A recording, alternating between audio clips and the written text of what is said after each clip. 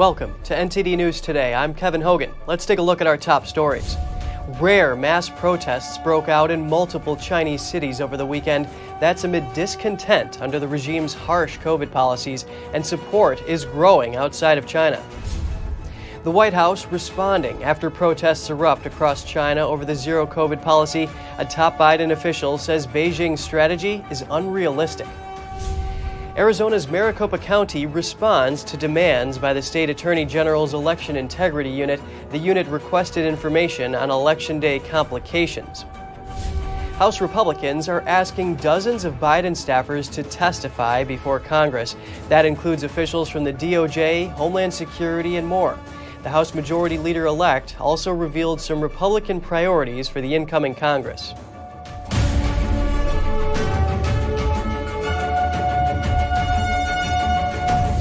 House Republicans are requesting that dozens of White House officials testify before Congress. The main issues are the alleged politicization of the FBI, border security, and Hunter Biden's business dealings. Republicans on the House Judiciary Committee this month sent letters to at least 42 Biden administration officials requesting testimony about the alleged politicization of the Department of Justice, investigations into U.S. border security, and President Biden's son's Hunter's foreign business dealings. A recent letter to White House Chief of Staff Ron Klain requested testimony from 4 Biden administration staffers relating to alleged misuse of federal criminal White House officials' counterterrorism resources to target concerned parents at school board meetings.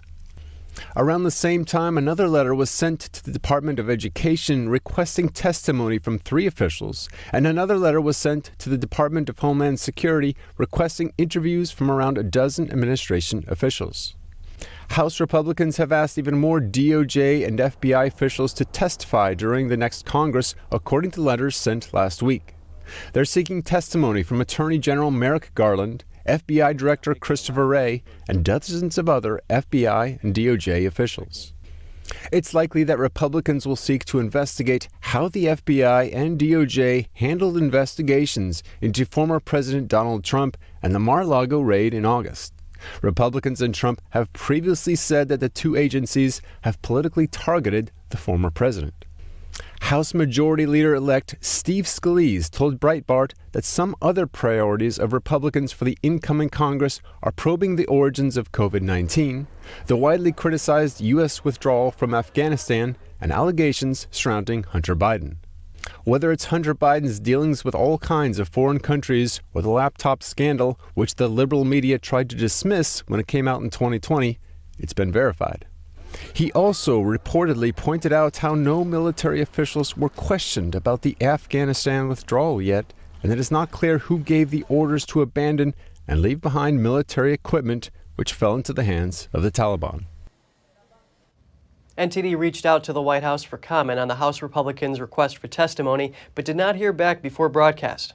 Arizona's Maricopa County yesterday released new data about malfunctions at some of its vote centers on Election Day. The county is rebuking claims that voters were disenfranchised because of the issues. NTD's Daniel Monahan has the story. I am focused like a laser beam focus on Arizona and election integrity. The data comes as a response to a November 19th letter from the Attorney General's Elections Integrity Unit that demanded information regarding Election Day complications. The letter mainly addressed printer problems, long wait times, and voter checkout procedures when voters left one location to vote at another. In the new data release, the county acknowledges that it experienced printing problems at 31% of its vote centers. It says fewer than 1% of ballots cast were affected by these printer issues when compared to the total number of voters in the general election. It says every lawful voter was still able to cast his or her ballot. Regarding wait times, the county states that a majority of vote centers had a peak wait time of 15 minutes or less, and wait times at 207 of the county's 223 polling locations never exceeded an hour. As for checkout procedures, the county says it followed all laws when dealing with people who left one vote center over problems and then tried to vote at a second site. It says 206 residents tried to vote at a second location, and 122 of them were not properly checked out. Poll workers gave those voters provisional ballots, and election officials ultimately decided all but 13 of them should count. The county acknowledged that state law requires uniformity in the procedure for voting and tabulation of ballots. However, it says that any suggestion that the problems with the equipment broke the law have no legal basis. The county wrote that the laws do not require every printer and tabulator to work perfectly, or that there can never be any unplanned and unanticipated equipment malfunctions. The response by the county did not address all issues such as who is responsible for printer configuration settings. Kari Lake tweeted yesterday that Arizonans have no faith and trust in their elections and accused election officials of incompetence. The county is set to formally canvass the vote totals today. Daniel Monahan, NTD News. Rare mass protests against COVID-19 lockdowns broke out in major cities across China over the weekend. Frustration over extreme lockdown measures has reached a boiling point for many Chinese citizens. NTD's Jeremy Sandberg has more on the weekend's demonstrations. No PCR tests, we want freedom. That's what these protesters in Beijing are chanting after having enough of the Chinese Communist Party's zero-COVID lockdown policies. The weekend demonstrations are the most widespread show of opposition to the regime in decades. Protests were kindled after at least 10 people died in an apartment fire in Xinjiang's capital, Urumqi. That's according to state-run media. The real number is unknown. Some say as many as 44 people died in the fire. First responders were unable to reach the blaze due to COVID-19 blockades and locks throughout the residential compound.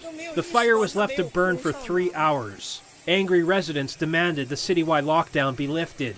Millions of people there have been forbidden to leave their homes for as long as 100 days.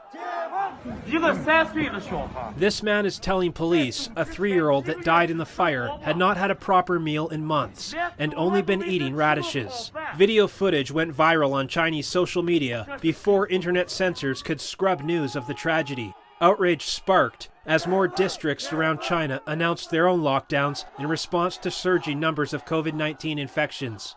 Protests spread from the city in northwest China to the capital Beijing, all the way to Wuhan and Shanghai. 10 major cities have reported large-scale protests.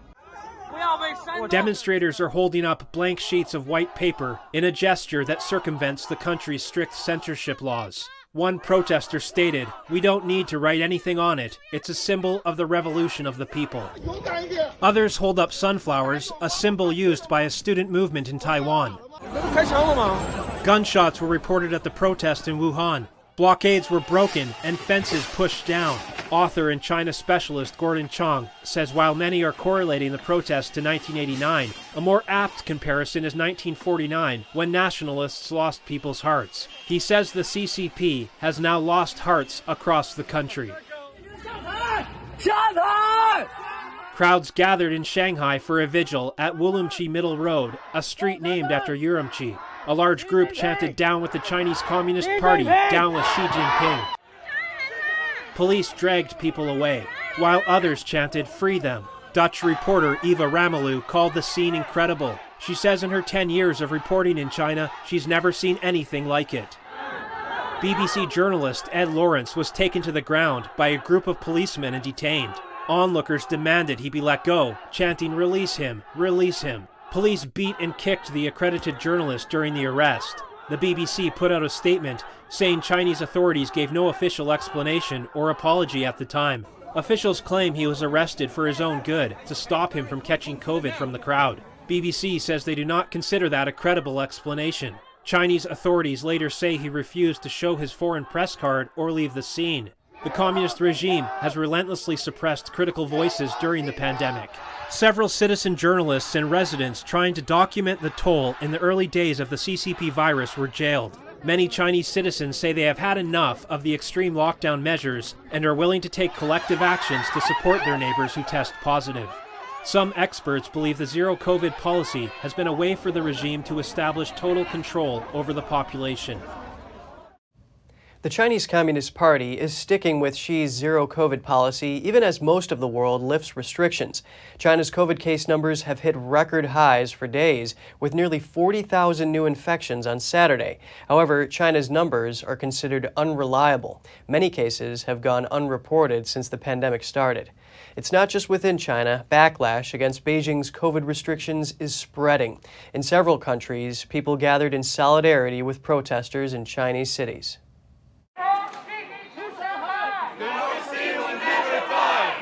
Chanting from Sydney to Shanghai, democracy will never die. About 200 people gathered outside Sydney Town Hall. We want freedom for China! Their voices joined those in China calling for freedom under the regime's harsh COVID controls. I've come down here to support all Chinese people here in Australia and all Chinese people in Shanghai, at Foxconn, at Urumqi, the Uyghur Muslims. Dozens of Chinese Australians held a candlelight vigil for the victims of the deadly fire in Urumqi, Xinjiang. They lit candles and held blank sheets of paper, gestures against censorship under the Chinese Communist Party. The rare surge of civil protests both in and outside of China reminded some of similar scenes in Beijing's Tiananmen Square 30 years ago. 33 years ago, tanks were used to crack down on citizens and the students. And 33 years later, the government is doing exactly the same thing and cracking down on citizens. Chinese people should never forget what the government did, and we need to stand up and say no. Over in Britain, similar protests erupted outside the Chinese embassy in London. Holding up signs, people chanted "Step down" to Chinese leader Xi Jinping. The same cry heard among protesters in Shanghai. In areas closer to mainland China, hundreds of young people gathered at a vigil in Tokyo, remembering those who died in the Urumqi fire, many of them Chinese students. The rally ended with open speeches against Xi Jinping and the country's COVID restrictions.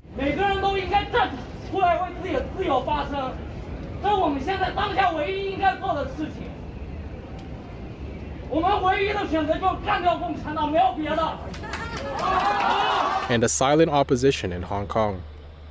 There, demonstrators carried flowers and the symbolic white paper seen at almost every other protest. Police soon arrived on site, setting up cordons and dispersing crowds.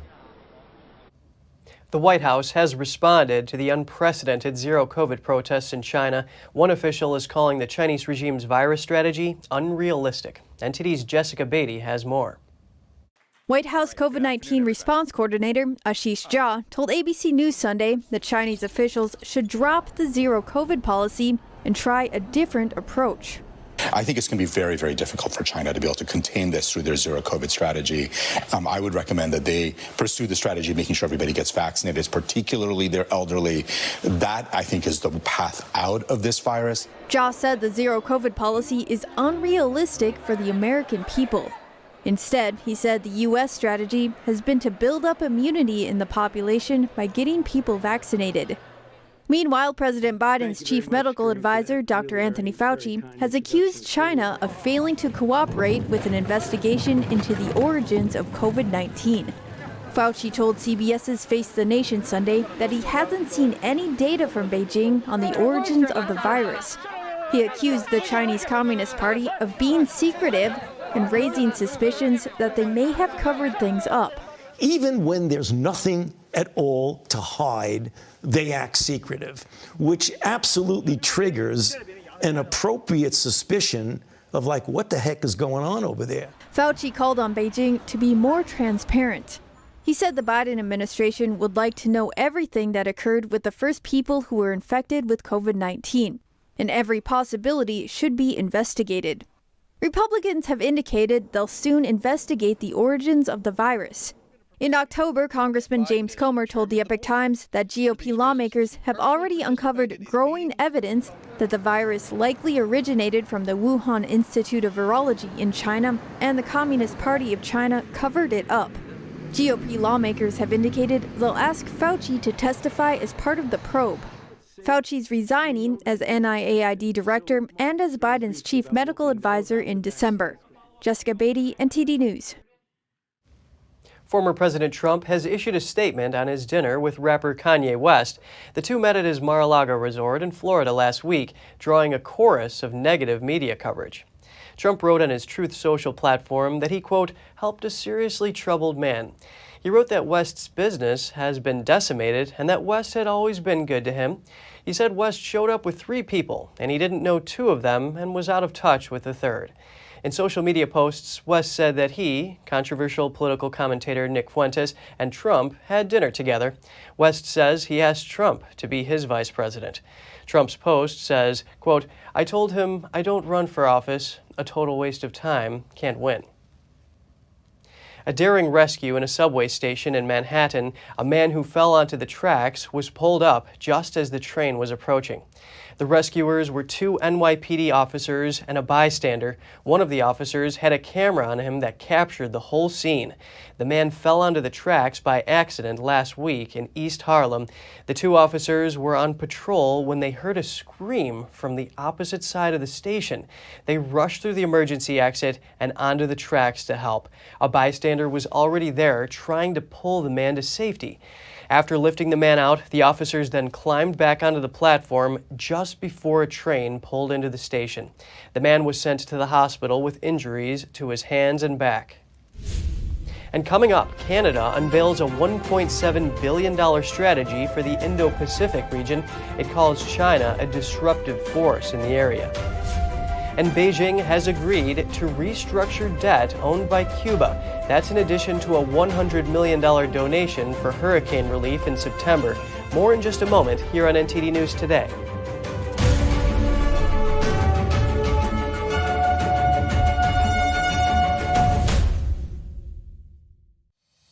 We're entering an unprecedented period of economic turmoil. The economy is unstable, our government is in shambles, and the global war on energy has created a domestic crisis. Americans need a way to protect their financial future. One way to ensure your wealth in retirement is by purchasing physical gold and silver. We can help. You can roll any part of your retirement account into a gold or silver IRA. Better yet, you can open a gold or silver IRA in 5 minutes or less using our online application. Preserving your family's financial legacy is a choice that's always available to you. And when you're ready, we're here to help. Call us and speak to one of our IRA professionals. Let's build your financial legacy together. GSI Exchange, wealth for generations to come.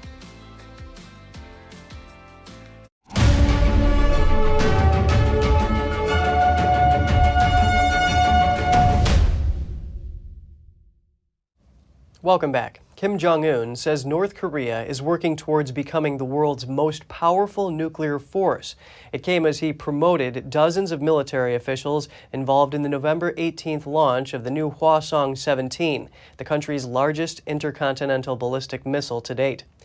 Kim said building up the country's nuclear force would protect the dignity and sovereignty of the state and the people, adding that the country's, quote, ultimate goal is to possess the world's most powerful strategic force, the absolute force unprecedented in the century. State news agency KCNA said the Hwasong-17 proves that North Korea is a nuclear power that can stand against the nuclear supremacy of the U.S. With the Hwasong-17 able to reach the U.S. mainland, the test launch prompted Washington to urge the United Nations Security Council to hold Pyongyang accountable for its missile tests. Such tests are banned by Security Council resolutions. Canada's long-awaited Indo-Pacific strategy was unveiled on Sunday. It lays out how the country plans to balance dealing with China while also deepening economic and security ties to the region. China is an increasingly disruptive global power. At a news conference in Vancouver, Canadian Foreign Affairs Minister Mélanie Joly said Canada will be firm in how it engages with China. Our neighborhood, alongside Japan and South Korea, is facing real security threats from North Korea as it continues reckless missile launches, and from China, who continues to challenge international norms. The 26-page strategy released on Sunday mentions China more than 50 times. It outlines a $1.7 billion boost to Canada's military and cybersecurity spending in the region. But the document also calls for cooperating with China, the world's second biggest economy, to address trade issues, global health, and nuclear proliferation. China has agreed to restructure Cuban debt and to provide new trade and investment credits to the island nation. Chinese investment in the country has slowed in recent years due to Cuba's failure to meet debt payments. Analysts estimate that debt to be in the billions of dollars, though no official figures are available. Cuba's last reported foreign debt total was nearly $20 billion in 2019. Trade between the two communist countries declined from over $2 billion in 2017 to $1.3 billion last year. China remains Cuba's second most important commercial partner after Venezuela. China also donated $100 million after Hurricane Ian destroyed Cuba's western province last September. And just ahead, Iran is accusing U.S. soccer of disrespecting the Iranian flag. That's after official U.S. accounts posted an altered version of the flag in support of Iranian protesters. Get the details in just a minute here on NTD News.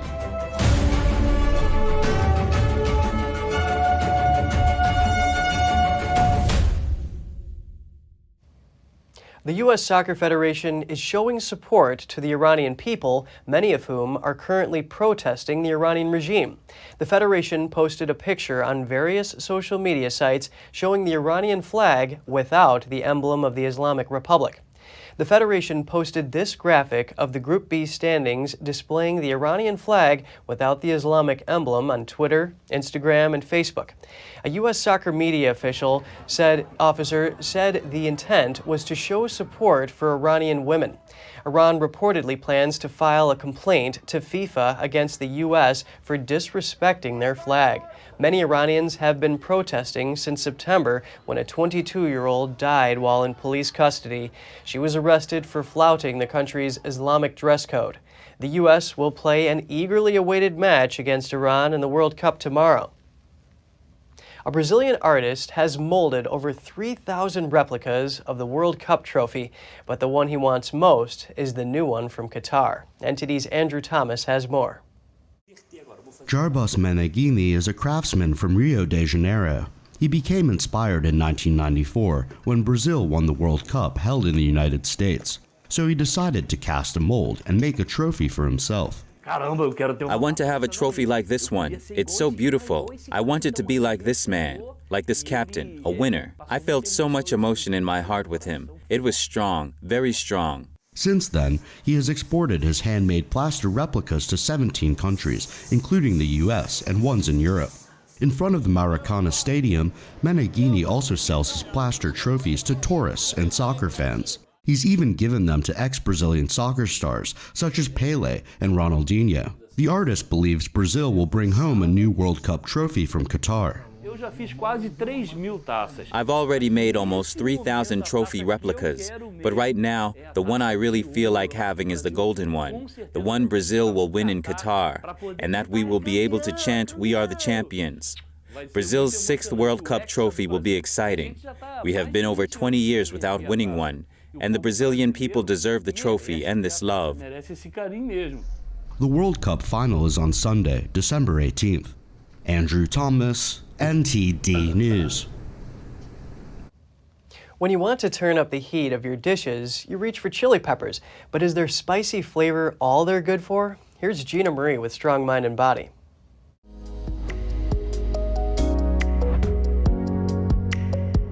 Chili peppers got their name from Christopher Columbus when he was exploring the Caribbean. They are native to the Americas and cultivated in warm climates the world over. They're not actually related to black or white pepper, which is more expensive.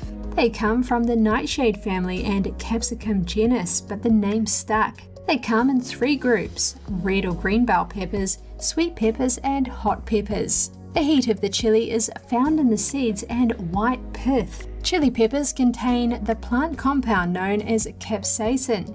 It's a powerful antioxidant phytochemical providing many health benefits. These include anti-cancer properties, cardiovascular protection, and longer life. A study in 2021 analysed nearly 7,000 chili pepper studies involving more than 570,000 people. They found that those who consumed chili peppers were much better off. They had significantly lower risk of cardiovascular and cancer-related deaths compared to people who didn't eat them. Chilies are especially high in vitamin C. They're known to improve digestion and metabolism, alleviate migraines, fight fungal infections and inflammation, plus keep your hair and skin healthy. Could this be why ethnicities who consume them never seem to age? When choosing them for your dishes, go for a deep, vibrant color and shiny skin. Color is an indicator of the best flavored chilies too.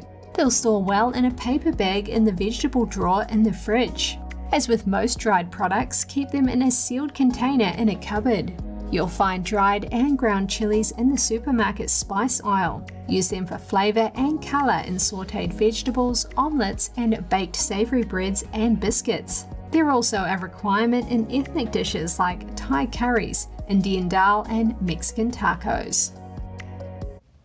Hawaii's Mauna Loa volcano erupted this morning for the first time in nearly 40 years. This is the world's largest active volcano. The U.S. Geological Survey is urging locals to stay alert. Lava from the volcano illuminated the Hawaiian sky early this morning. The USGS said the lava flow is contained in the summit area and isn't threatening downhill communities, but the agency has issued a code red warning saying the direction and speed of lava flows can change quickly. Over a dozen earthquakes also hit the area, all of magnitude 2.5 or higher. The volcano last erupted in 1984, sending lava flows within 5 miles of a city. That's all for today's program. I'm Kevin Hogan, NTD News, New York City.